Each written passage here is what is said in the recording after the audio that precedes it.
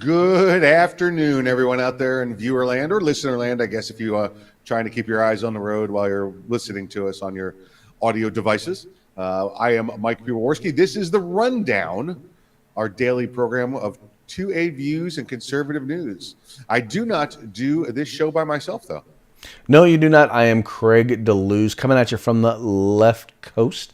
Once again, talking about 2A News with conservative views, bringing it to you live every afternoon during the weekday.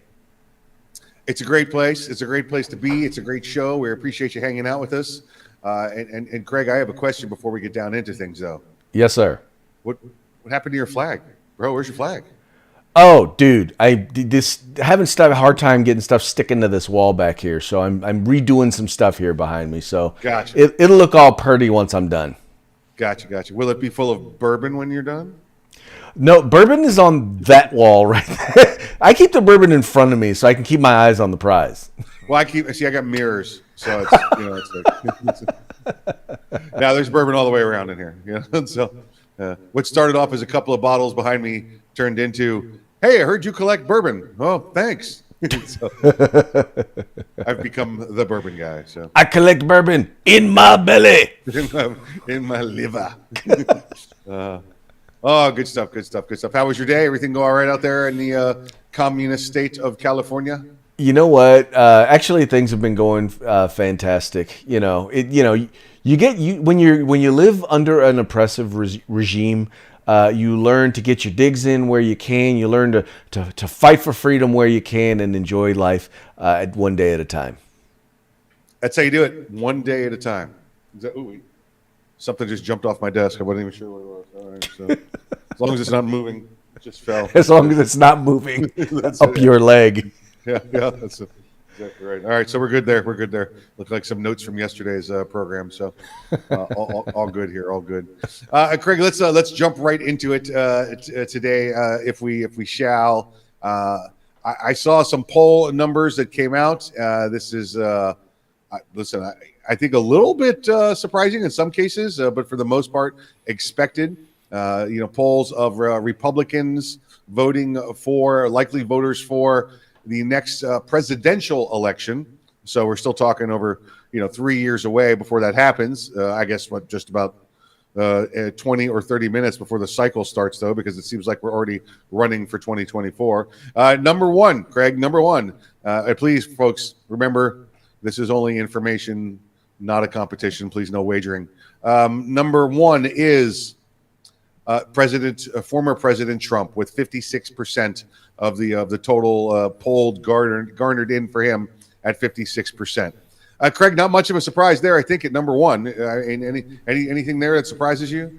Well, I think the 56%. I mean, for the most part, maybe not, because we know in general his support amongst all likely voters has consistently been right around 38%. Right. That's when you factor in independents, when you factor in Democrats and Republicans. The thing is that especially as the Biden administration has continued, we found that President Trump has been right over and over again.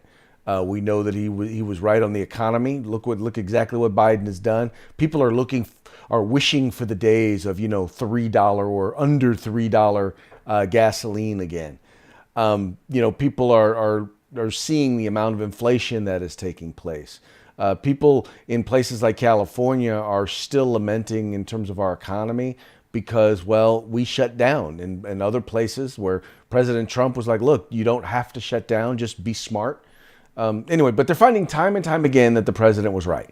Whether it was the border, whether it was the Middle East, or the economy, or COVID. They're finding that he has been right, and they're finding out the consequences of what happens when you decide you don't want someone to be your leader simply because they send mean tweets. Yeah, exactly right. And listen, every day that the current administration takes these extra steps, whether it be legally or procedurally, against members of the Trump administration or former Trump administration, they just strengthen this base even more. I mean, I don't think they realize the resistance they're creating right now, but by doing that. Oh, clearly no. And you said before, Mike, we clearly wanted Hillary to be prosecuted for what she did in Benghazi. Quite frankly, I still think she should be.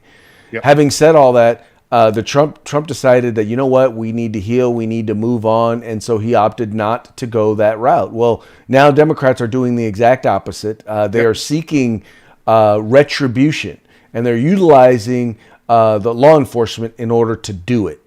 And in the end, so far, I mean, what have we really seen? We saw Trump Corp CFO was brought up on tax charges because he didn't report as income a house or the house payments that they made for him.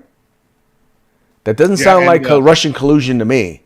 Well, exactly right, and then of course the search warrants served on Rudy Giuliani's home and office.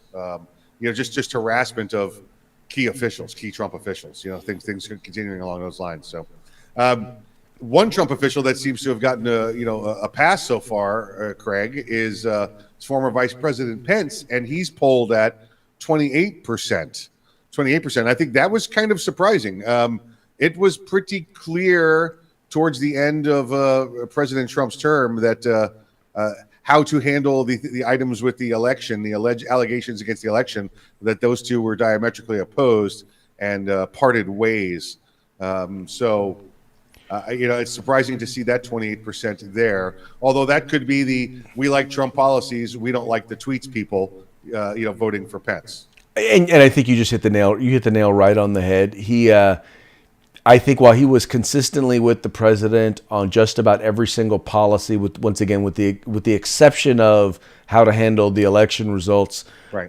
He was right there with the president on just about everything. He was a lot more, how shall we say, diplomatic in his communications. Some would say to the point of being boring and putting people to sleep, but I think that's also one of the reasons why he was selected, because they didn't want someone who was going to be as bombastic as President Trump.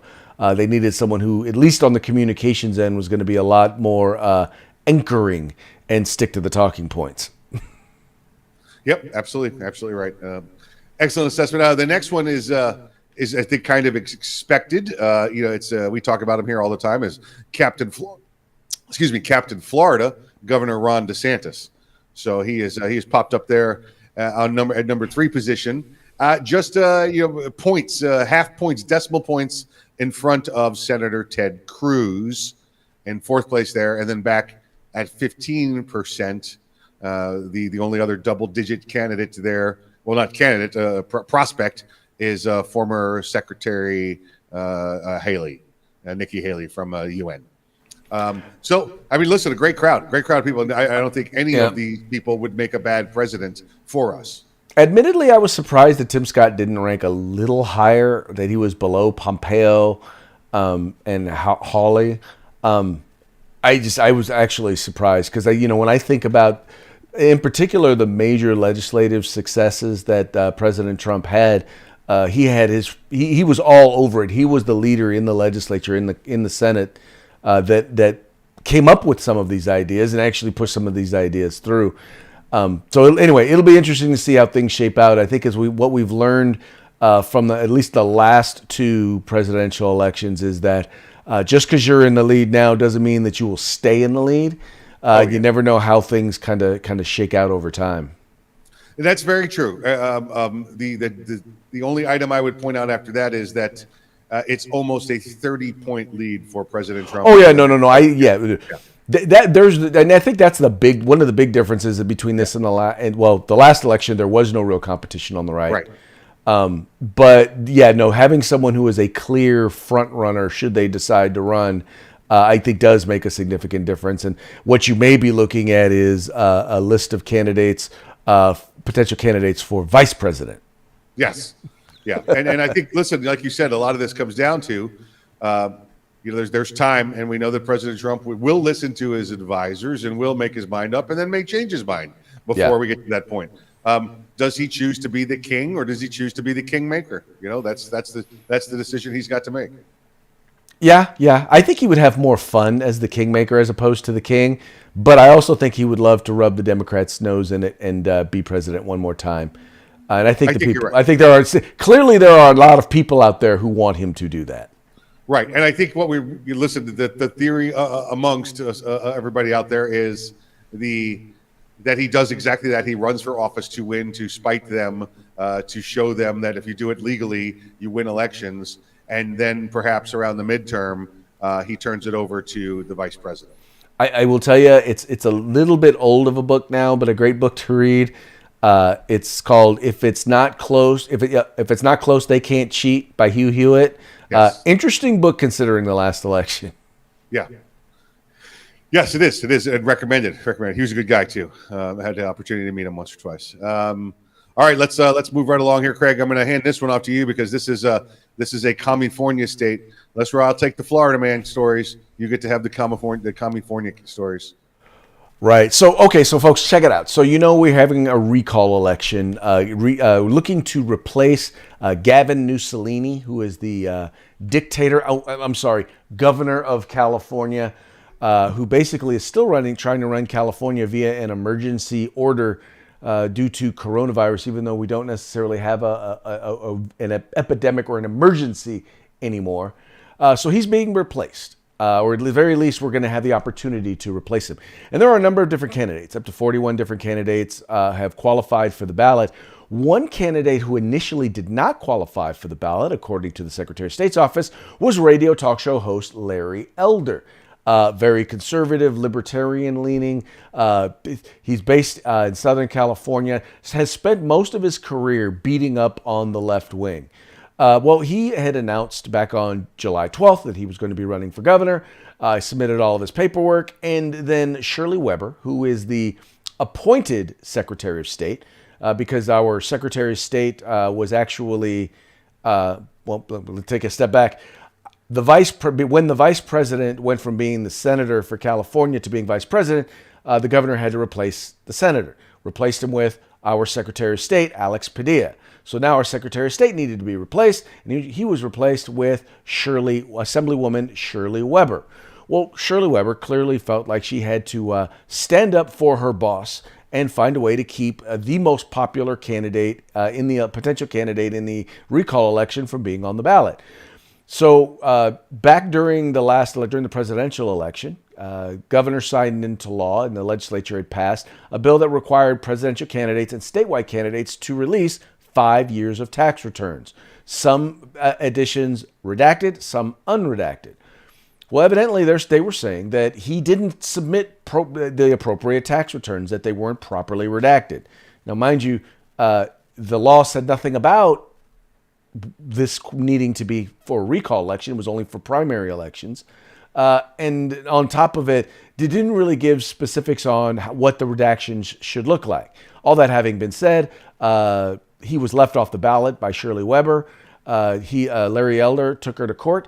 And, well, let's just say Larry Elder will be on the September 14th recall ballot running for governor in the state of California. Which, unless there's some incredible revelation about Larry Elder, which means, listen, anything could happen, I guess, right? But at this point, because of his significant popularity and lead and name recognition, Larry Elder's got a great shot of being your governor there in California. Oh no, he is 3 times ahead the next closest individual, whether it's Kevin Faulconer, whether it's John Cox, or Kevin Kiley, or Caitlyn Jenner. Now, I made it a point to say their names because you notice there's probably only one of those names that you even know or remember, and that's because they used to be Bruce Jenner. There you go. Exactly right. Yep. So anyway, it will be interesting. I can't wait to see the debates because I think he's going to mop up the floor with many of the other candidates. I to be honest with you, there's at least one other candidate that I like, Kevin Kiley. He's a local assemblyman here in Northern California. He's a younger guy who hasn't had any real issues taking on the establishment. I just think that his lack of name ID is going to be a challenge, and he is not the the most inspiring orator. All right. I get it. All things that you need to have in order to be a public official or to garner attention when you want to become a public official. So it's going to be a tough hurdle. So Good on him. Good. Thanks Yeah. for stepping up. Make sure you give Larry your support. Definitely make sure you guys give Larry your support. Let's move right along here to one of our favorites, David the Waco Kid Chipman, the ATF nominee. Some more information has popped up about this guy. And Craig, we talked about it. They were delaying the vote, waiting for some sort of issue to occur around the country that involves a shooting so they can try and get that 51st vote that they need in order to make this guy the head of the ATF. And every day it seems that more negative information comes up. We saw from Dick Durbin yesterday, day before, that he started signaling perhaps to the White House that this wasn't the guy. And it's Democrat Dick Durbin, by the way. And now a little video comes out. I don't know, maybe old Dick saw this yesterday, but this is from when he was with the Giffords policy. That's a Waco Kid Chipman there, David Waco Kid Chipman, when he was with the Giffords policy organization. A video came out where he was comparing gun owners to the zombie apocalypse, mutants, fighters, and to the Tiger King. Remember the Tiger King guy? In fact, remember we had a spike in gun sales last year, just about this time, because of everything that was going on around the country with the Antifas, the BLMs, the rioting. So people were taking to the gun stores and doing the proper paperwork and purchasing firearms. And in response to that, this is what Mr. Chipman had to say. He said, well, you know what, Craig, I don't need to quote this. We've got some video, don't we? And so in their mind, they might be confident. They might think that they're diehard, ready to go.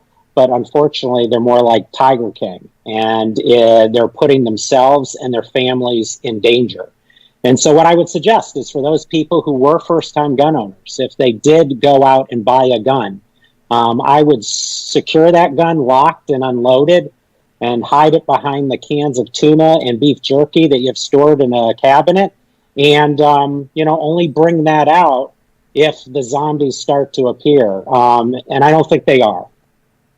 All right, so keep in mind now. So he's specifically talking about new gun owners. So if you're a new gun owner and you went out and bought it, I bought a gun. Yeah, you are. Basically, what he's saying is you're like the Tiger King. Is what he's saying. You're overreacting. Right. You're flamboyant. You don't have the ability to be responsible. All things that refer to. And you're going to try and kill Carol Baskin. Right. Exactly. Right. Well, she's kind of crazy, but you don't kill crazy people. You just elect them.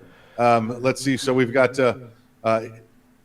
He says, remember again, might think that they're diehard, ready to go, but unfortunately they're more like the Tiger King, putting themselves and their family in danger. I love it. He says, take those guns, keep them unloaded, lock them up, put them in the cabinet behind your tuna fish and beef jerky and the rest of your supplies. He does not want you to have a firearm. He says, he's gone on to say, and he further said during this interview, was that nobody should have a firearm without the proper training. You know what that means? Let me tell you what that means. Only the government should have the guns. That's what that means, because only he and his people have the proper training. And Craig, you and I know it well. The right to keep and bear arms shall not be infringed. It does not say shall not be infringed unless receiving an 8-hour course of instruction and paying $75 to the state to get a permit to own the firearm. It says shall not be infringed. Why does it say that? So ass clowns like this guy can't come and take the guns away from you. Right. And by the way, that's not to say that we don't support training. We definitely support the idea of getting training. But the fact is once again, it's a fundamental right. And there's an assumption that because an individual purchases a firearm that they don't know how to use it. No, the assumption is that they have a right to own it, to possess it, and to utilize it if necessary to defend themselves. And, we would be wise for you to go out and get training, but there's a big difference between recommending training and encouraging training and providing training than mandating training. Because here's what happens. Whenever you mandate training, it becomes the ceiling, not the floor. Whatever they say you have to have, most people will just go out and they'll only get the bare minimum. If they said you need an 8-hour course to get a gun, people will go out, they'll take their 8-hour course, and they'll assume that I am now prepared and ready to defend and take care of myself. The fact is, that may or may not, that is not the case, right? You need to get training, but that doesn't necessarily, or you should get training, but that doesn't mean that it's something that should be mandated, because as we know, the right to keep and bear arms shall not be infringed. Florida has no training. Excuse me, Craig. We have a very weak training requirement, and I hate it. There's no time requirement for it, and in fact, the only actual requirement in it is you must pull the trigger on one live round, which means you can get a course, and they have them at the gun shows all the time. 45 minutes. Go out back, grab the gun, shoot a bullet through a suppressor into a bucket of sand behind the facility, and that counts. And that's where people stop because, like you've said, that's become the ceiling for training. We've seen it time and time and time and time again. When a state gets rid of the training requirement, all the classes go crazy. 8-hour, 16-hour, 40-hour classes because now people want to get and seek that training. But you know what? We do that for everything, Craig, because we're educated adults. If I went and bought a new car and didn't know how to drive a stick shift, you'd get training on it. If I bought a chainsaw, I'd at least watch a couple YouTube videos before you go out there and cut your leg off because that's what responsible people do. Right. Nope. You hit the nail right on the head, sir. Yeah, you hit the nail right on the head. You can't, mandate responsibility through these crazy ordinances and statutes trying to do the training, and that's what happens. So anyway, this is not your guy. This is not your guy. I think this is the knockout blow. This video right here should be the knockout blow. He's done. He's done. Yeah. Yep. Moving right along from him is what Sleepy Joe should say. Hey, Craig, the next subject here, we talked about this a little bit yesterday. We got off on a tangent, and then boom, it popped up in a big story today. So we're going to tackle this one today. Senator Rand Paul said that he wants to ask the Department of Justice to do a criminal referral over Dr. Fauci's testimony. This is wonderful. This is a great thing. This is a great thing to see with Rand Paul. We saw them go back and forth, and you and I have seen here, Craig, and we've talked about this many times, where Dr. Fakey has changed his story, and now he's become even more adamant, and he's calling Senator Paul the liar. We've seen Dr. Fauci get up there and say it, and we've also heard him say outside of testimony being given to the Senate or the House that he had to say things that were not true because he needed you to wear your mask and not panic. It was the best for you, so we told you to do this, even though it's really not what you needed to do. Yeah, well, in this particular case, and this is what was so odd, he actually, Senator Paul actually read to Dr. Fauci, this is what you and your colleagues over at the NIH called gain of function. This is what they did in the study that you funded. And the two were almost identical. And Fauci still had the nerve to say, no, that's not gain of function. You are a liar. I'm like, those are your own words. So it's not Rand Paul who's the liar. It's Dr. Fakey who's the liar. And that's the reason for the criminal referral, because it is a crime to lie to Congress.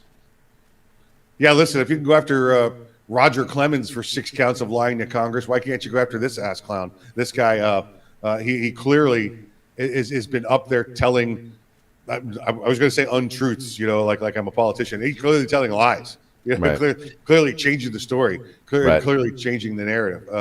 It's a horrible,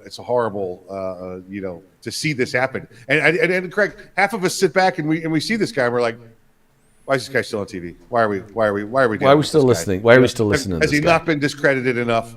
Right.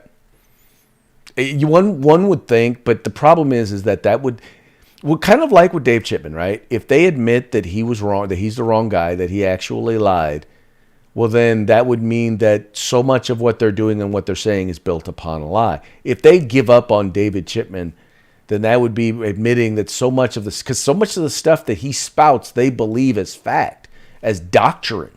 So if they give up on Mr. Chipman, that means they give up on, well, the things that they believe. And so I just have a feeling that's the reason why it's so hard for them to give up on him. And I don't think they will. I think they know they can let him sit there in limbo, and as soon as there's a shooting, and there will be a shooting somewhere across the nation, because you can't legislate evil out of people. You can't pass a law that says you can't be evil.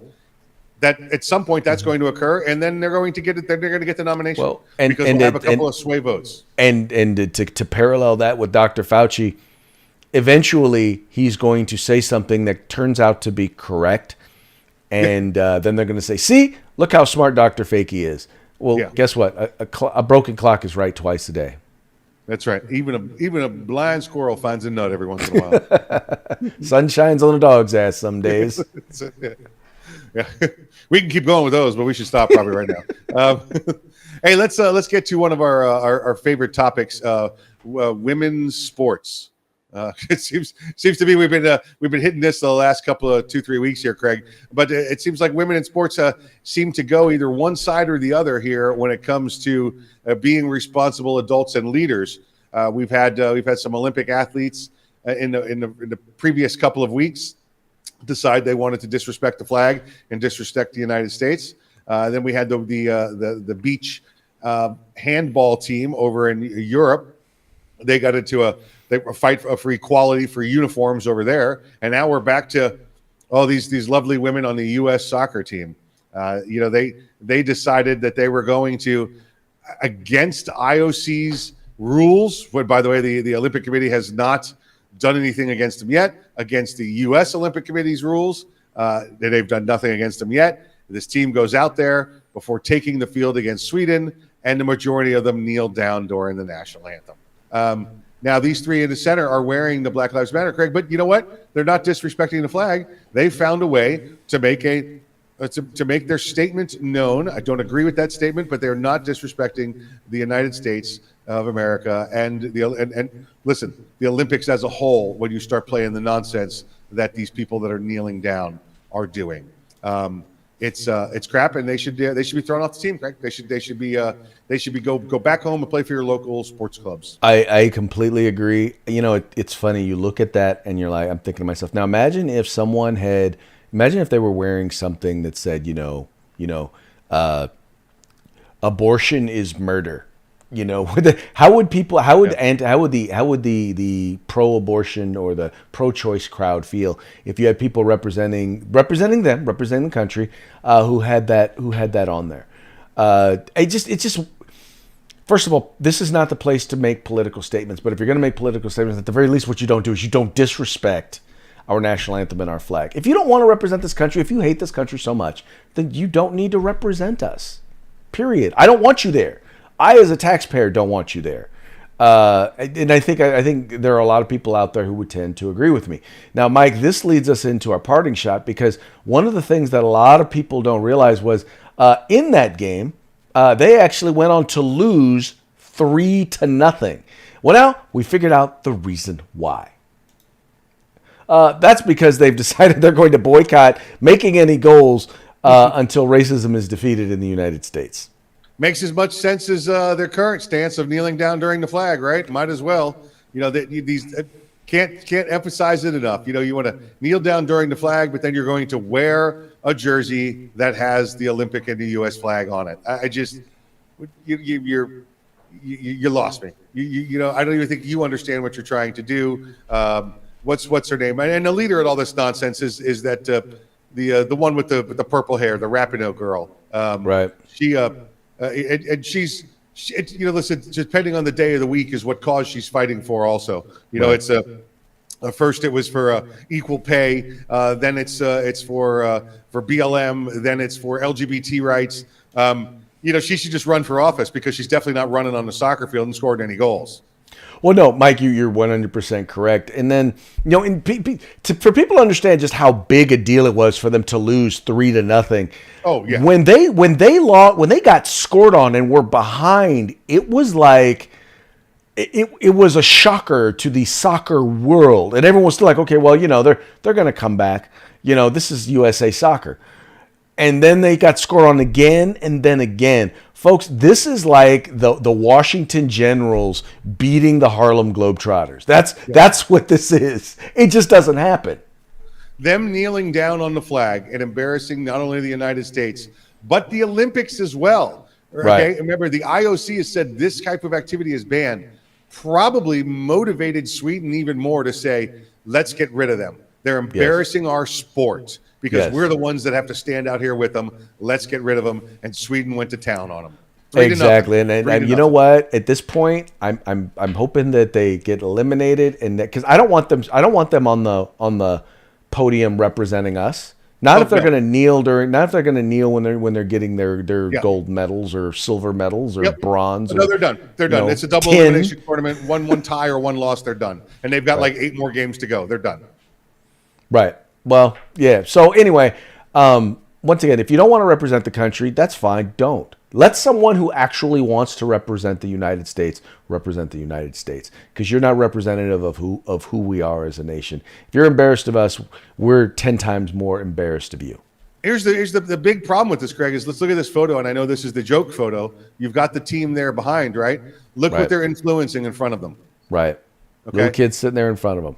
This is the problem, that we're letting them feed the children this lie to crap. They should be able to go out there and go, listen, I'm a sports figure. I'm here to win the team and make you proud and show you that anybody can be anything they want to be.